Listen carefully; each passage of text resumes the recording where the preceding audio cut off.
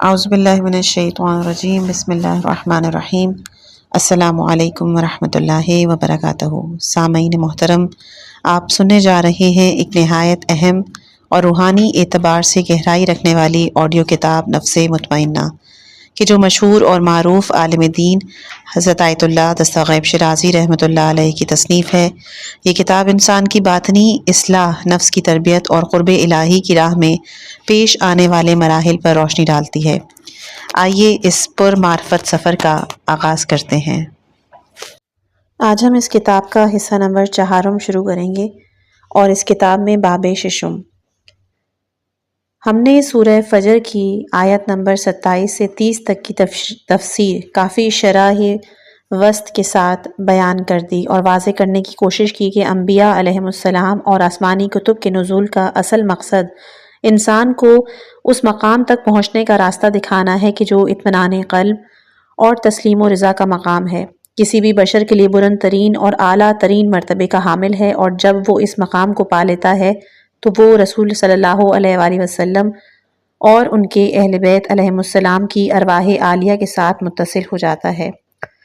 اس سلسلے میں مزید وضاحت کی خاطر زیارت شریف امین اللہ کی جانب متوجہ ہونے کی ضرورت ہے تاکہ حقیقی معنوں میں نفس مطمئنہ کا مفہوم واضح ہو سکے۔ سب سے پہلے تو یہ دعا مانگو، اللہم اجعل نفسی مطمئنۃ بقدرک، اور ہر چند کی زیارت امین اللہ اسی کے بقدر اور بہت ہی مختصر ہے، لیکن سچ بات تو یہ ہے کہ اس کا شمار سب سے معتبر اور جامع زیارات میں ہوتا ہے۔ مومنین میں سے ایک شخص نے سوال کیا کہ یہ کیا بات ہے کہ زیارت امین اللہ کی دعا اپنی ضخامت میں ایک صفحے سے بھی زیادہ پر مشتمل نہیں، لیکن اپنے اوصاف اور فضائل کے اعتبار سے اسے بہت فضیلت ہے۔ اس کے جواب میں عرض کرتا ہوں کہ وہ کمیت میں تو کم ہے لیکن کیفیت میں بہت بلند مرتبہ۔ اگر کوئی شخص اس زیارت شریفہ کو قلم بند کر کے مقامات عالیہ کا طالب ہو تو وہ معنوی اعتبار سے بے شمار نعمتوں سے نوازا جائے گا۔ جو شخص امام کو امین اللہ کی حیثیت سے پہچان لے گا تو اس کے لیے وہی کافی ہوگا۔ شرط یہ ہے کہ پورے یقین اور اعتقاد کے ساتھ امام علیہم السلام سے مخاطب ہو کر یوں عرض کرے کہ آپ تو خدائی خزانوں کے مالک ہیں، اس دنیا میں ہر شخص کو جو کچھ بھی ملتا ہے وہ آپ کے واسطے سے ملتا ہے۔ یہ صرف زبان سے نہ کہے بلکہ دل میں بھی اس پر کامل یقین ہو، بعد ازاں یہ الفاظ کہے، اشہد انک جاہدت فی اللہ حق جہادہ، یعنی میں گواہی دیتا ہوں اس بات کی کہ آپ نے خدا کی راہ میں اس طرح جہاد کیا جیسا یہ اس کا حق تھا، گویا آپ نے اللہ کی کتاب اور رسول اللہ صلی اللہ علیہ وآلہ وسلم کی سنت کے مطابق عمل کیا۔ مجھے دراصل کیفی اعتبار سے اس زیارت کی اہمیت دکھانا مقصود ہے۔ حضور قلب اور عقیدہ راسخ کے ساتھ اتنا بھی کر لیا جائے تو کافی ہے، ویسے اس کے فضائل و مطالب کی تفصیل تو خاصی طویل ہے۔ اللہم اجعل نفسی مطمئنۃ بقدرک، اے خدا اپنی قدرت بے پایہ سے میرے نفس کو اطمینان عطا فرما۔ اگر بلند تر مرتبہ چاہتا ہے تو وہ مقام سلمان محمدی ابو ذر غفاری کا ہے کہ جو نفس الہی اور محمد صلی اللہ علیہ وآلہ وسلم سے اتصال کا مقام ہے۔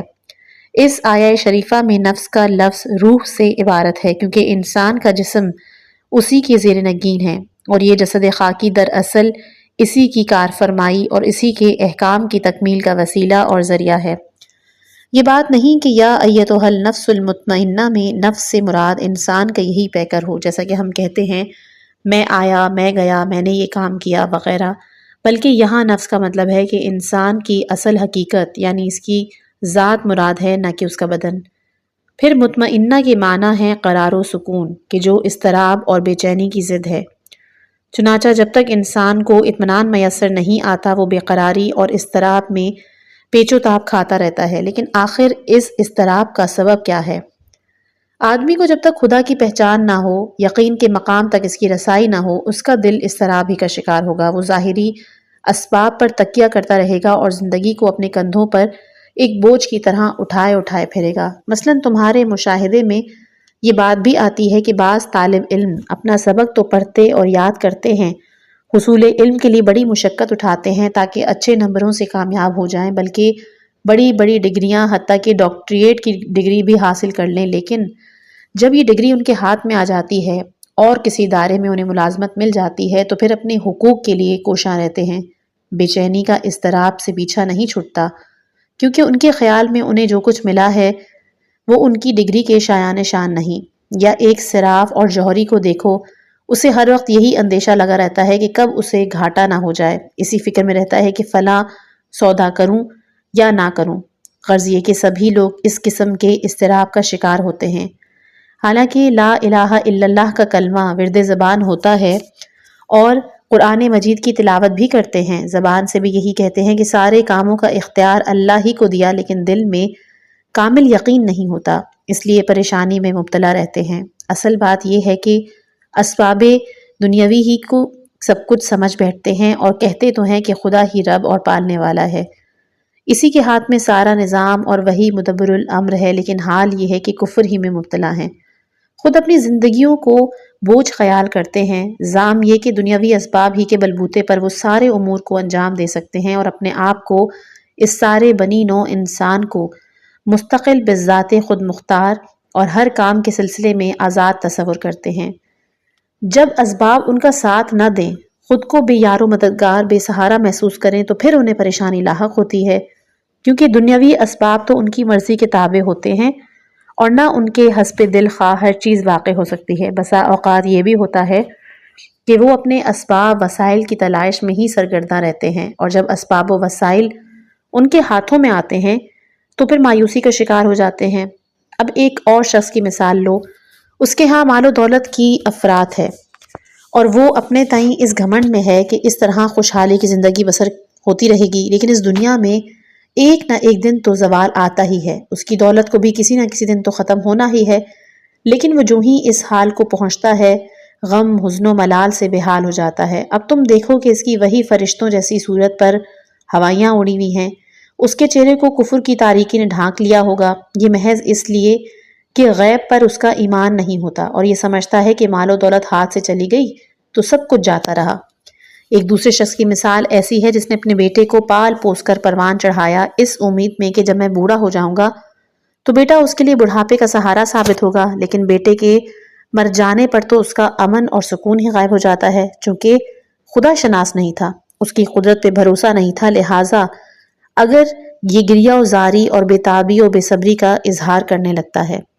کبھی یوں بھی ہوتا ہے کہ آدمی اپنے چاروں طرف نگاہ ڈالتا ہے تو اسے مایوسی کے سوا کچھ نظر نہیں آتا، نیز سارے اسباب وسائل مفقود ہو جاتے ہیں، اس امید کی جھلک بھی نہیں دکھائی دیتی۔ اس صورتحال میں دل برداشتہ ہو کر خودکشی کا ارتکاب کر بیٹھتا ہے۔ جب کسی نوجوان کو روزگار نہیں ملتا، اپنا گلا گھونٹ لیتا ہے اور زندگی کا بوجھ سنبھالنے کے لیے اس کے خیال میں یہی واحد ذریعہ ہو سکتا تھا۔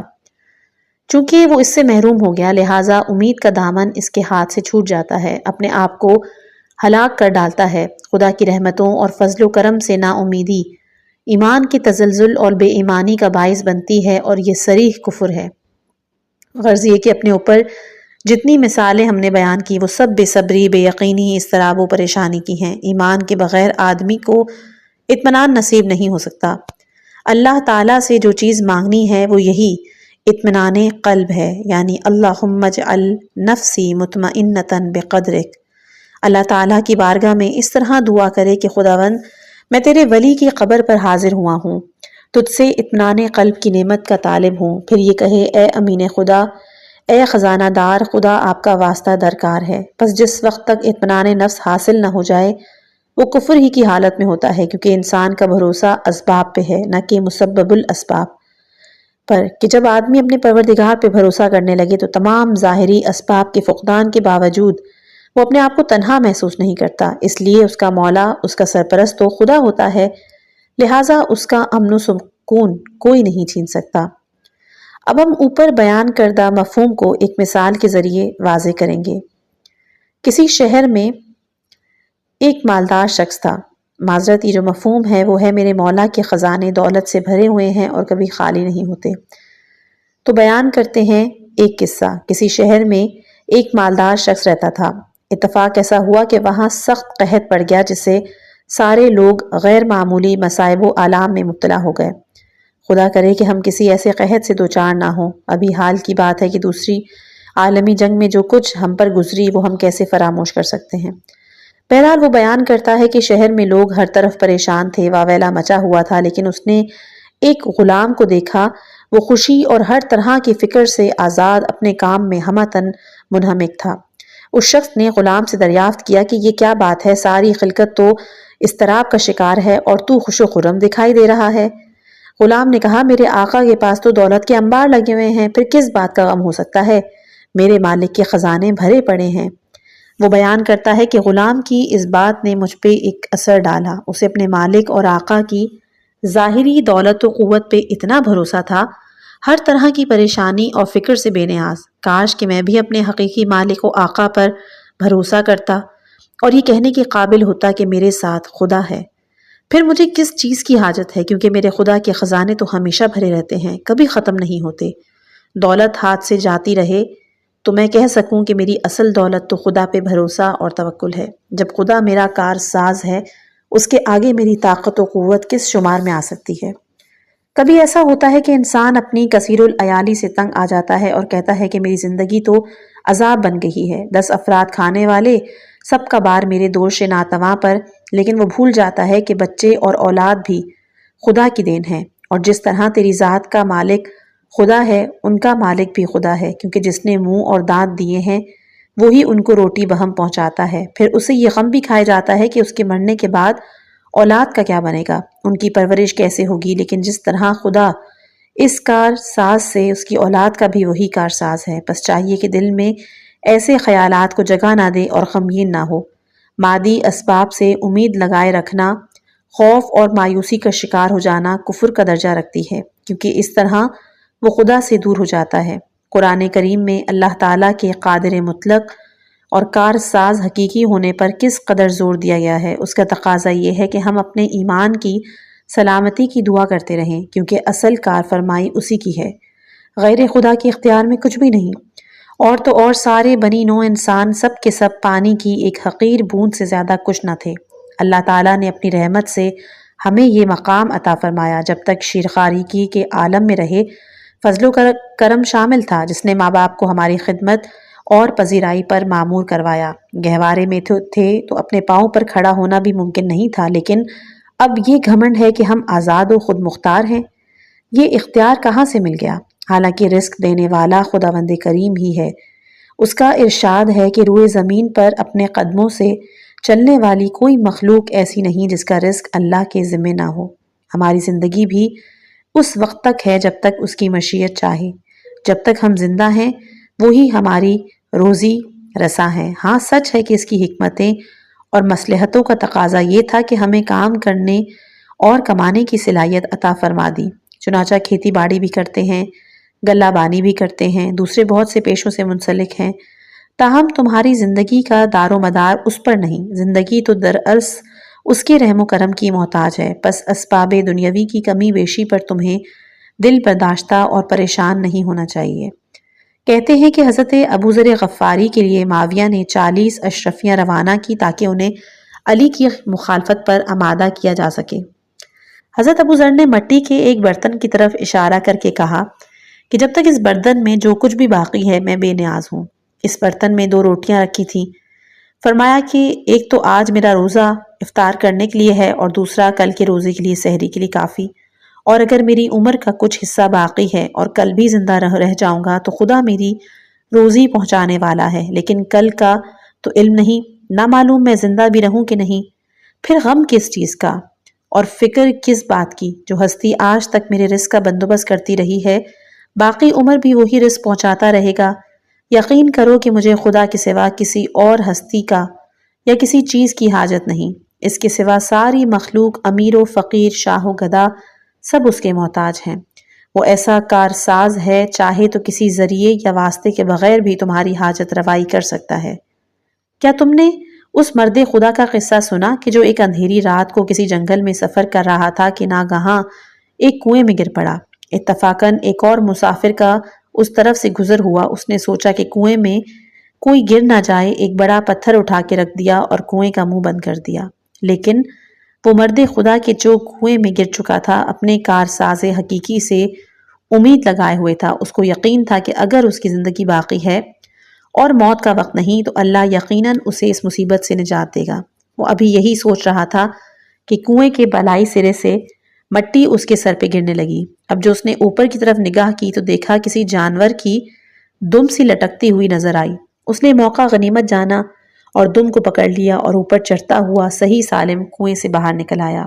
چونکہ خدا کی مرضی تھی اسے کنویں کی گہرائی سے زندہ سلامت باہر نکالنا، لہٰذا اس کی مشیت نے جس طرح چاہا اس کے لیے ذریعہ اور وسیلہ مہیا کر دیا، اس کو بچا لیا۔ لیکن اگر خدا کی مرضی نہ ہوتی تو ہزاروں جتن کرنے کے باوجود بھی وہ باہر نہیں نکل سکتا تھا۔ اس کارخانہ ہستی کا سارا انتظام خدا ہی کے ہاتھ میں ہے، وہی مدبر الامر اور کارساز حقیقی ہے۔ کائنات کا ایک ایک ذرہ اسی کے زیر نگین ہے اور اس کے حکم کے تابع ہے۔ یہاں مجھے بیان کرنا مقصود ہے کہ انسان کو اسباب دنیاوی کے فقدان اور وسائل زندگی سے محرومی کا خوف ہو تو وہ اولیاء اللہ کے زمرے میں ہرگز شمار نہیں ہو سکتا، کیونکہ اولیاء اللہ تو نہ تو اسباب کے زائل ہونے کا خطرہ ہوتا ہے اور نہ ان پر کوئی افتاد پڑے تو وہ اس سے غمگین اور مخزون ہوتے ہیں۔ اولیاء اللہ کا قول تو راضیتاً بقضائک ہوتا ہے، یعنی خدا کی مرضی پہ تسلیم خم۔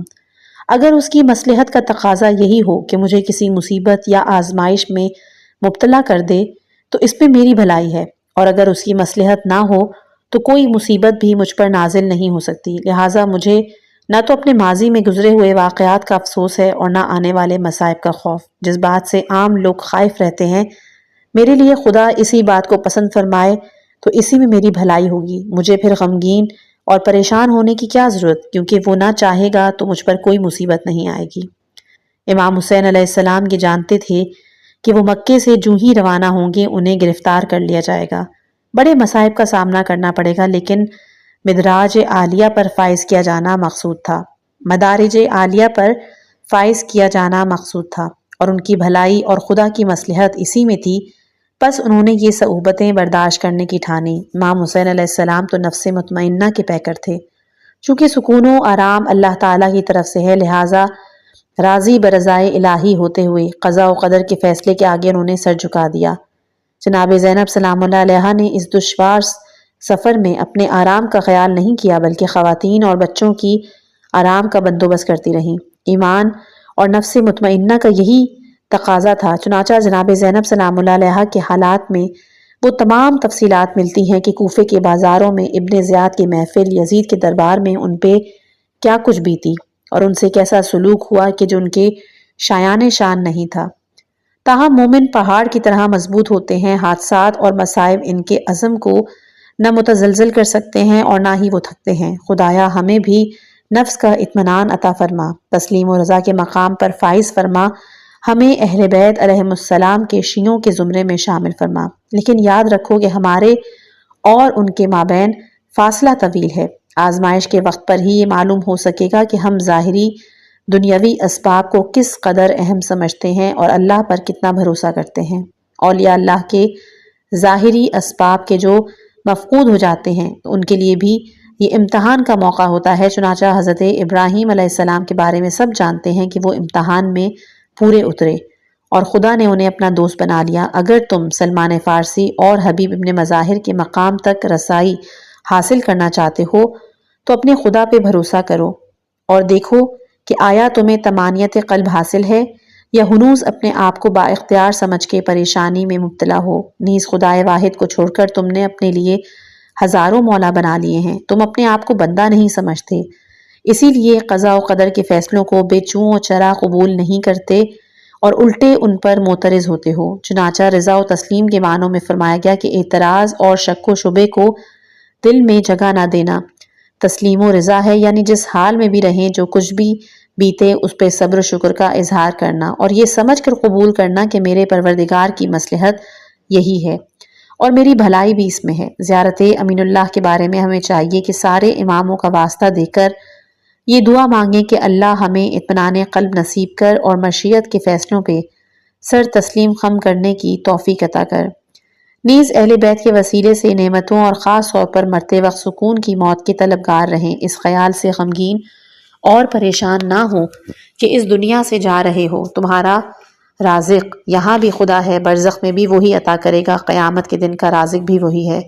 جنازہ اٹھے تو اس طرح دعا کی جائے کہ خداوند یہ تیرا بندہ ہے، بندے ہی کا بیٹا ہے، اب تیری بارگاہ میں حاضر ہو رہا ہے، تاہم مرنے والا خود بھی مرنے سے پہلے اس قسم کی دعا مانگتا رہے تو اس کی تاثیر اور بھی زیادہ ہوگی، بشرطے کہ یہ یقین رکھ ہم نے جو آیات قرآنی اور عقلی دلائل پیش کیے ان کا حاصل یہی ہے کہ خدا نے انسان کو بندگی اور عبودیت ہی کے لیے پیدا کیا، بلکہ ہر آدمی کی فطرت میں بندگی کا پہلو مضمر ہے، تاہم اللہ تعالیٰ نے اسے دونوں راستے دکھا دیے، چاہے وہ ہوا و ہوس کا بندہ بن جائے، چاہے وہ اپنے خالق کی بندگی اختیار کرے۔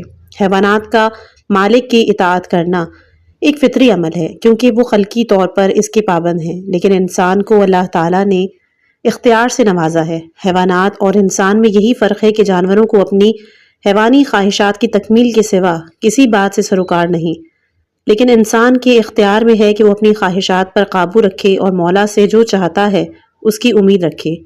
گویا اس میں یہ صلاحیت ودیت کر دی گئی ہے کہ ہوا و ہوس کا بندہ یعنی عبدالحوی بن جائے یا خدا کا بندہ یعنی عبداللہ بن جائے۔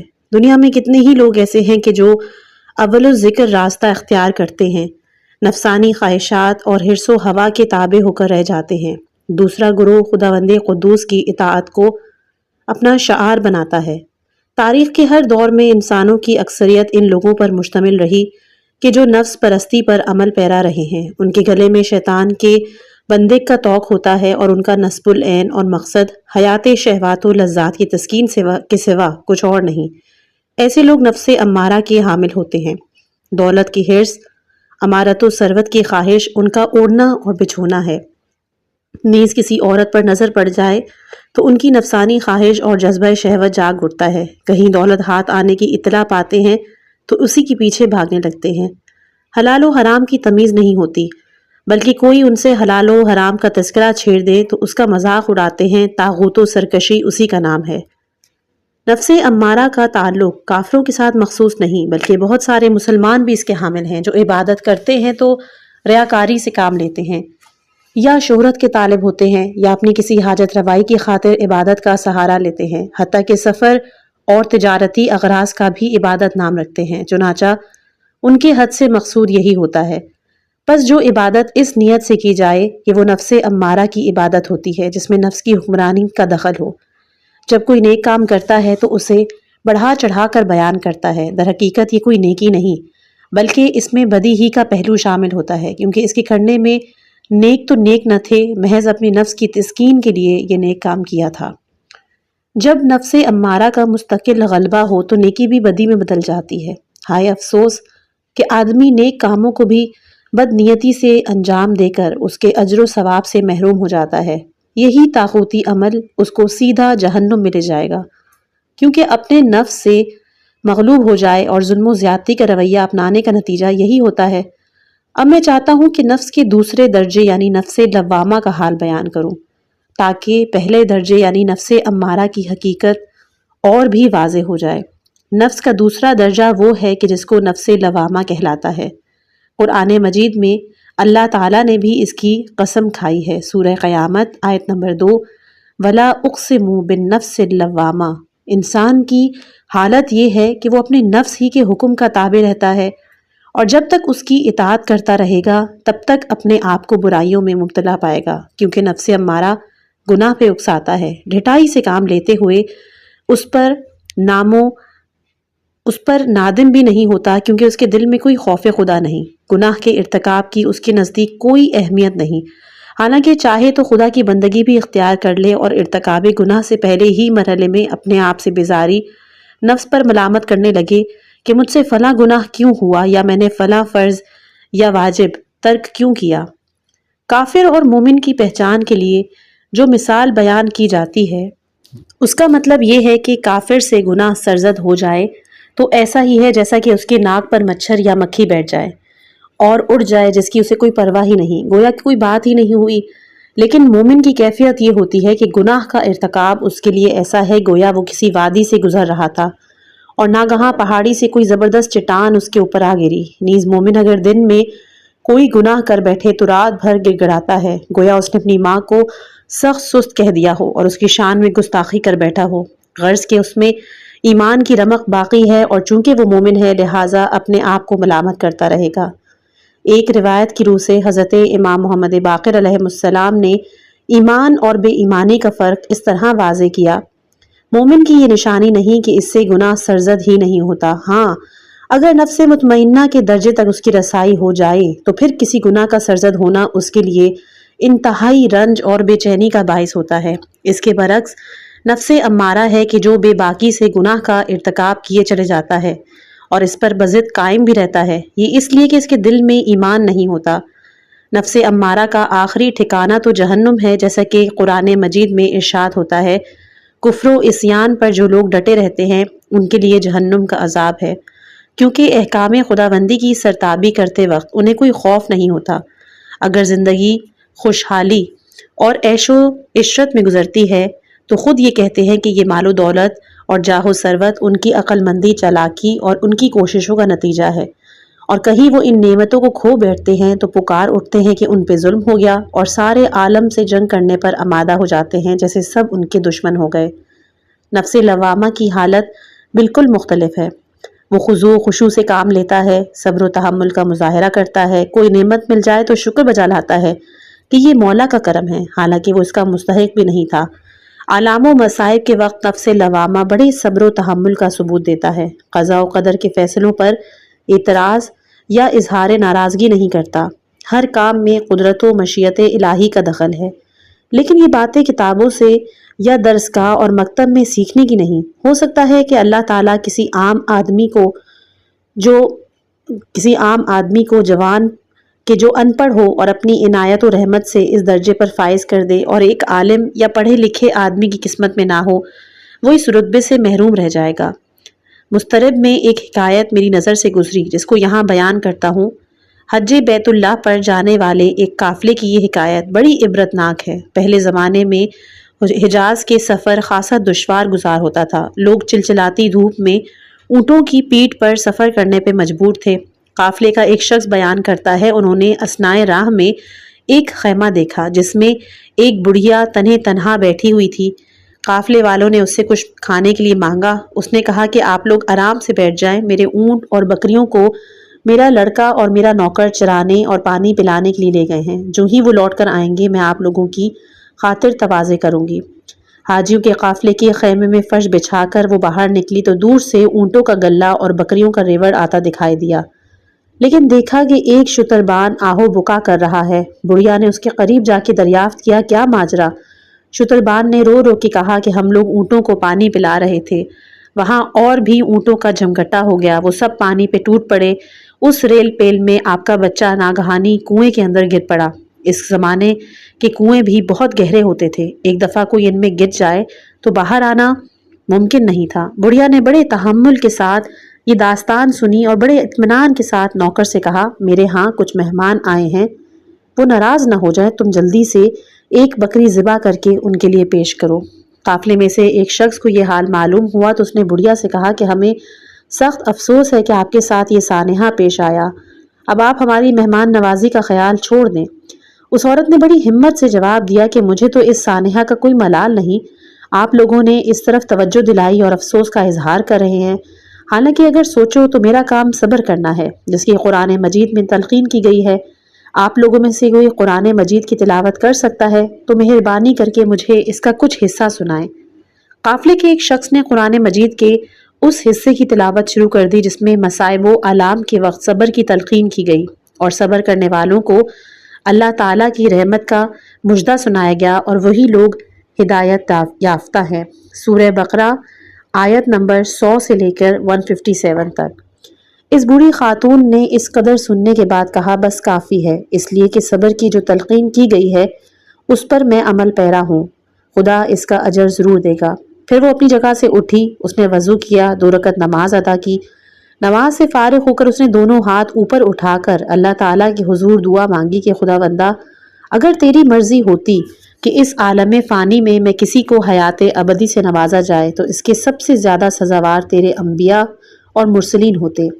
اے پروردگار، تو نے قرآن حکیم میں ہمیں صبر کا حکم دیا ہے، میں ایک ضعیف اور ناتواں عورت ہوں لیکن تیرے حکم کی تعمیل میں صبر کرتی ہوں۔ اے رب العزت، صبر کرنے والوں کے لیے تو نے جس اجر کا وعدہ فرمایا ہے مجھے اس سے محروم نہ کرنا۔ دعا کے بعد وہ اٹھ کھڑی ہوئی اور مہمانوں کی خاطر تواضع میں اس طرح منہمک ہو گئی جیسے کوئی المناک سانحہ واقعہ ہی نہ ہوا ہو۔ اگر وہ بڑھیا امارہ کی حامل ہوتی تو قضاء و قدر کے فیصلے پر یقیناً بحال ہوتی، غم و غصے کے عالم میں آہوزاری کرتی، کیونکہ نفس امارہ معمولی مصیبت کو بھی ناقابل برداشت خیال کرتا ہے۔ لیکن جیسی افتاد اس بڑھیا پہ آن پڑی، اس نے خدا کی طرف سے خیال کر کے سر تسلیم خم کیا۔ بس ہمیں چاہیے کہ نفس امارہ کی حقیقت سے خوب واقف ہو جائیں، ایسا نہ ہو کہ عمر بھر ہم یہی سمجھتے رہیں کہ ہمارا ایمان پختہ ہے، در حالانکہ نفس امارہ کی گرفت سے نہ نکل سکیں۔ اس لیے ہماری بھلائی اور فلاح اس میں ہے کہ اپنے آپ کا محاسبہ کرتے رہیں۔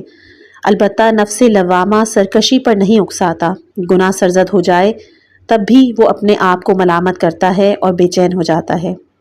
نفس کا تیسرا اور آخری درجہ جو بہت ہی شاذ و کمیاب ہے وہ نفس مطمئنہ کا ہے۔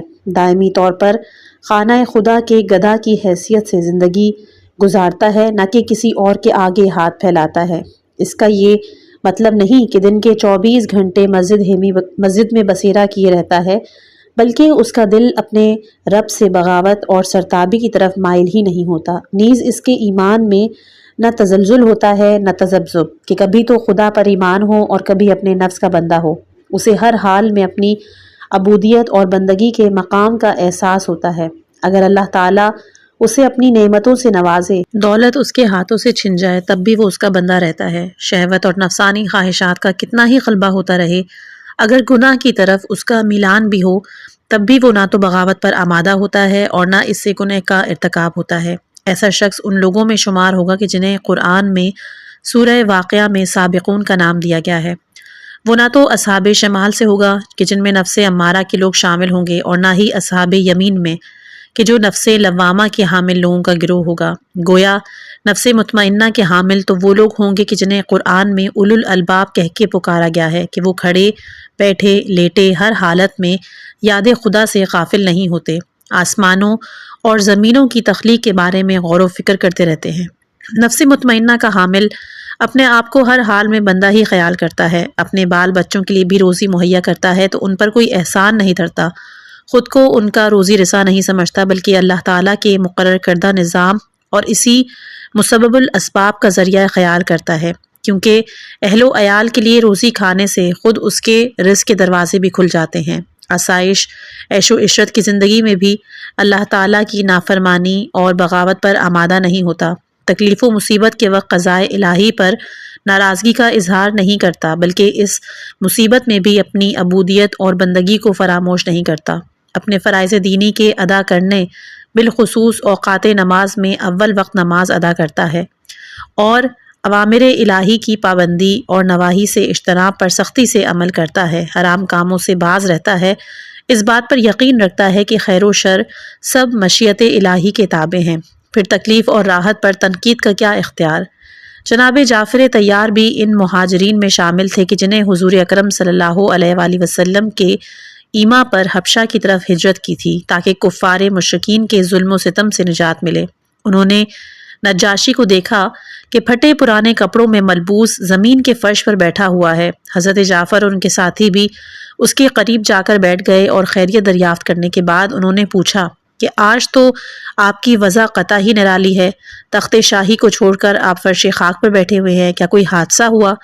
شہنشاہ نجاشی نے بڑے اطمینان سے جواب دیا کہ ہمیں حضرت مسیح کے بارے میں یہ روایت پہنچتی ہے کہ جب کبھی اللہ تعالیٰ تمہیں کسی نئی نعمت سے نوازے تو اور زیادہ عجز و انکساری سے کام لو، اور وہ نعمت جس کی بشارت حضرت مسیح نے دی تھی وہ حضرت محمد مصطفیٰ صلی اللہ علیہ وآلہ وسلم کی بعثت کے بارے میں تھی کہ اللہ تعالیٰ انہیں مشرکین و کفار پر غلبہ عطا فرمائے گا۔ اس نعمت سے سرفراز ہونے پر چاہتا ہوں کہ اس کی بارگاہ میں عجز و انکساری کے ساتھ شکریہ ادا کروں۔ نفس مطمئنہ کے حامل افراد خوشحالی اور عیش و عشرت کے زمانے میں بھی احکام خداوندی سے سرتابی کا خیال دل میں نہیں لاتے۔ وہ بعض جاہل لوگوں کی طرح نہ تو اپنے آپ کو اس کا مستحق گردانتے ہیں اور نہ یہ کہتے ہیں کہ میری نیت صاف تھی، میں خود نیک ہوں، میرا باطن پاک ہے، اس لیے اللہ تعالیٰ نے مجھ پہ کرم کیا اور اپنی نعمتوں سے نوازا۔ چونکہ میرے کام پسندیدہ تھے اس لیے خدا نے بھی اس کا اجر دیا۔ اس کے برعکس جس کا نفس مطمئنہ ہو وہ علام و مصائب میں بھی اللہ کا شکر ادا کرتا ہے، بلکہ اس کے خضوع اور خضوع میں بھی اضافہ ہو جاتا ہے، کیونکہ وہ ہر حال میں اپنے آپ کو بندہ ہی خیال کرتا ہے۔ غرض یہ کہ نفس مطمئنہ اپنے مقام عبودیت پر خوش رہتا ہے، نیز دن کے 24 گھنٹوں میں کبھی بھی بندگی کے راستے سے انحراف نہیں کرتا۔ احکام شرعی ہوں یا تکوینی امور، ان سب کو اللہ تعالیٰ کی مصلحتوں میں شمار کرتا ہے۔ خوشی ہو یا غم، راحت ہو کہ تکلیف، ایک حال پر قائم رہتا ہے۔ جب نفس مطمئن ہو جائے تو گویا وہ خدا سے راضی ہو گیا۔ سچ یہ ہے کہ یہی روحانی جنت ہے، کیونکہ اس کا دل مسرت سے مالا مال ہوتا ہے، مصیبتوں میں بھی اپنا معاملہ خدا کے سپرد کر دیتا ہے اور نفس امارہ کو غلبہ پانے نہیں دیتا۔ مرضی خداوندی کے آگے چوں اور چرا سے کام نہیں لیتا۔ نفس امارہ کی گرفت ڈھیلی پڑ جاتی ہے، جس کی سب سے بڑی خصوصیت یہ ہے کہ اس میں چنین و چنان اور چوں و چرا کا بڑا دخل ہوتا ہے، یعنی ہر بات کے جو اس کی مرضی کے خلاف ہو اس پر دل گرفتہ ہوتا ہے، حزن و ملال کا اظہار کرتا ہے۔ مثلا یہ کہ اتنی گرمی کیوں ہے، بارش کیوں نہیں، بارش کیوں ہوئی، یہ ساری باتیں نفس امارہ سمجھاتا ہے، اور نفس مطمئنہ کی سب سے بڑی سعادت رضائے الہی اور خوشنودی خداوندی کا حصول ہے، چنانچہ وہ جس حال میں بھی رکھے وہ اس پہ راضی رہتا ہے۔ جب وہ خدا سے راضی رہتا ہے تو خدا بھی اس سے راضی رہتا ہے، اس کے پسندیدہ اور محبوب بندوں میں اس کا شمار ہوتا ہے۔ موت کے وقت یہ آیہ شریفہ کانوں میں پڑتی ہے، چنانچہ امام جعفر صادق علیہ السلام سے روایت ہے کہ وہ فرماتے ہیں جب ملک الموت کسی مومن یعنی کہ جو نفس مطمئنہ کا حامل اور راضی برضا رہو، اس کی روح قبض کرنے آتا ہے تو اس کی ہمت بندھاتا ہے تاکہ اس کی موت کی وحشت دور ہو۔ پھر وہ اس طرح مخاطب ہوتا ہے کہ میں تجھ پر تیری باپ کی خاطر مہربانی کر رہا ہوں، پریشان نہ ہو، ذرا اپنی نظریں تو اوپر اٹھاؤ اور سر کے اوپر دیکھو، ظاہری آنکھوں سے نہیں بلکہ ملکوتی اور برزخی آنکھوں سے، یا اس طرح دیکھ جس طرح خواب میں دیکھا کرتا ہے۔ حالانکہ خواب میں مادی آنکھوں سے دیکھے بغیر بھی ہر ایک سے کہتا ہے کہ میں نے فلاں خواب دیکھا۔ غرض یہ کہ مومن جب اوپر کی طرف نگاہ کرتا ہے تو اسے اہل بیت اطہار علیہم السلام کے پاک اور پر انوار چہرے دکھائی دیتے ہیں۔ ان پہ نگاہ پڑتے ہی اس کے کانوں میں یہ صدا گونجتی ہے جسے وہ پورے ہوش و حواس سے سنتا ہے، کیونکہ ابھی اس کی روح پرواز نہیں کرتی۔ یا ایتھا النفس المطمئنہ ارجعی الی ربک راضیۃ مرضیہ، ہمارے خاص بندوں میں داخل ہو جا۔ اس سے کہا جاتا ہے اے نفس مطمئن، رب العالمین کا خوان نعمت تیرے لیے بچھا ہوا ہے۔ اے ہمارے ثابت قدم بندے، تو نے حسین علیہ السلام کی طرح عبداللہ بن کر زندگی گزاری ہے، پس ہمارے عباد میں شامل ہو جا۔ تو ان لوگوں میں سے ہے کہ جو نفوس مطمئنہ کے حامل ہیں، پس اپنے جن آقاؤں کو تو اپنے سرہانے دیکھ رہا ہے، میرے دو بندے ہیں جو رضا و تسلیم کے پیکر ہیں۔ پس اب یہ ثابت ہو گیا کہ اس آیہ شریفہ کے اصل مصداق حسین علیہ السلام ہی ہیں۔ یہاں بہت سی باتیں اشاروں میں بتائی گئی ہیں جو بیان نہیں کی جا سکتی، چنانچہ یہ بھی روایت ہے کہ مومن کی روح اس بات کی آرزو مند رہتی ہے کہ اسے جلد سے جلد اپنے محبوبوں کا دیدار اور وصال میسر آ جائے۔ امام جعفر صادق علیہ السلام کی اسی روایت کی ابتدا یوں ہوتی ہے کہ ایک شخص نے امام موصوف سے دریافت کیا کہ آیا مومن تکلیف سے مرتا ہے یا مرتے وقت خوش رہتا ہے؟ حضرت نے فرمایا مومن کی موت بھی خوشی کے عالم میں واقع ہوتی ہے، اور اس کی مزید تشریح کرتے ہوئے سورہ دہر کی آیت نمبر 6 پڑھی، جنت کے چشموں اور حوض کوثر کے تو اہل بیت پنجتن ہی وارث ہوں گے، اور ان سے سیراب ہونے والے صرف ابرار اور نیکوکار بندے ہوں گے۔ اہل بیت تو مطلقاً عباد اللہ ہیں، اور سورہ دہر میں جن ابرار و نیکوکار بندوں کا ذکر آیا ہے وہ شیعوں ہی کے ابرار و نیکوکاروں کا ہے۔ پس اے مومنو، آؤ کہ نفس امارہ سے چھٹکارا پانے کے لیے مسلسل جد و جہد اور سعی کرو۔ اس طرح اگر نفس مطمئنہ تک نہ پہنچ سکے تو کم از کم نفس لوامہ تک رسائی ہو جائے گی۔ چاہیے کہ سحر خیزی کو اپنی عادت بنائیں، اللہ تعالیٰ سے عفو درگزر کی خواستگار ہوں، اپنے گناہوں پر شرمسار ہوں، خدا کے حضور ندامت کا اظہار کریں۔ یہ کیفیت نفس لوامہ کی ہوگی، اور اس پر مسلسل قائم رہنے سے اصلاح حال کی امید ہو سکتی ہے کہ جو بالآخر نفس مطمئنہ ہی میں مضمر ہے۔ اس دار فانی اور عاقبت کی ہر خوشی اور کامیابی کا راز رضا اور تسلیم کے مقام تک رسائی حاصل کرنے میں پنہاں ہے۔ کہو استغفر اللہ الذی لا الہ الا هو الحی القیوم واتوب الیہ۔ آؤ کہ اپنی پچھلی توبہ کو بھی درست کر لیں، کیونکہ یہ کہنا کہ میں نے تو رات کچھ توبہ کر لی تھی فائدہ مند ہوگا۔ اگر تم نے توبہ کو بھلا دیا تو گناہ سے کس طرح بچ سکو گے؟ حقیقی توبہ وہی ہے کہ جو تمہارے تزکیہ نفس کے کام آئے اور تمہارے حال کی اصلاح کرے۔ امام زین العابدین علیہ السلام ہر وقت یہ دعا مانگا کرتے تھے کہ اے خداوند، مجھے اپنی توبہ پر قائم رہنے کی توفیق عطا فرما تاکہ میرا نفس پاک ہو جائے اور تیری محبوبیت کے مقام کا اہل بن جاؤں۔ توبے کا سلسلے میں ایک اور نقطہ ذہن نشین کر لو۔ مومن کو چاہیے کہ خوف و رجا اور امید کے عالم میں اپنا وقت گزارے۔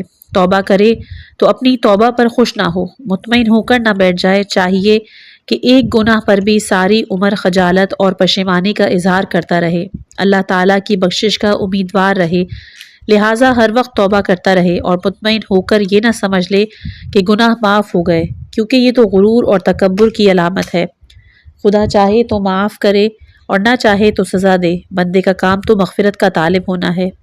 ہم یہاں صحیفہ سجادیہ میں منقول دعائے توبہ نقل کر رہے ہیں کہ جو امام زین العابدین علیہ السلام کا مخصوص وظیفہ تھا، جس کا ترجمہ ہے توبہ اور استغفار کے وقت چاہیے کہ اپنے گناہوں اور خطاؤں کو یاد کرے، اپنے آپ کو ملامت کرے اور غور کرے کہ تو نے اللہ کی دی ہوئی نعمتوں میں سے کس کس نعمت کا شکر ادا کیا ہے، کیونکہ ہم لوگ تو کفران نعمت ہی کرتے رہے ہیں اور اس کا شکر ادا کرنے سے باز رہتے ہیں۔ یہاں پہ اس کتاب کا اختتام ہوا جاتا ہے۔ آپ کا بہت بہت شکریہ کہ آپ نے اپنا وقت نکالا اور نفس مطمئنہ کی اس روحانی آڈیو کتاب کو سنا۔ ہم دعا گو ہیں کہ اللہ رب العزت ہمیں نفس کی پہچان عطا فرمائے، ہمارے دلوں کو پاک کرے اور ہمیں نفس مطمئنہ کے اس بلند مقام تک پہنچنے کی توفیق عطا فرمائے کہ جہاں اللہ تعالیٰ خود اپنے بندے سے راضی ہو جاتا ہے۔ اگر یہ ویڈیو آپ کو مفید لگی تو لائک اور سبسکرائب کرنا مت بھولیے گا اور اس پیغام کو دوسروں تک پہنچانے میں ہمارا ساتھ دیجیے۔ والسلام علیکم رحمۃ اللہ وبرکاتہ۔